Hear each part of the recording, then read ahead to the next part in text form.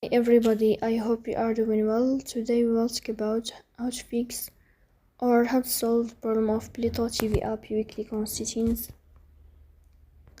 In this page, you will click on apps, default apps, app settings.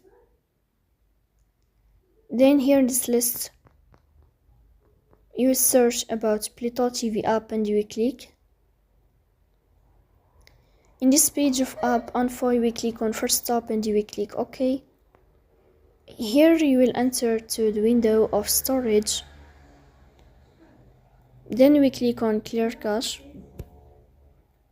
Here you will turn off your Wi-Fi and you will turn on your Wi-Fi again to fix that problem.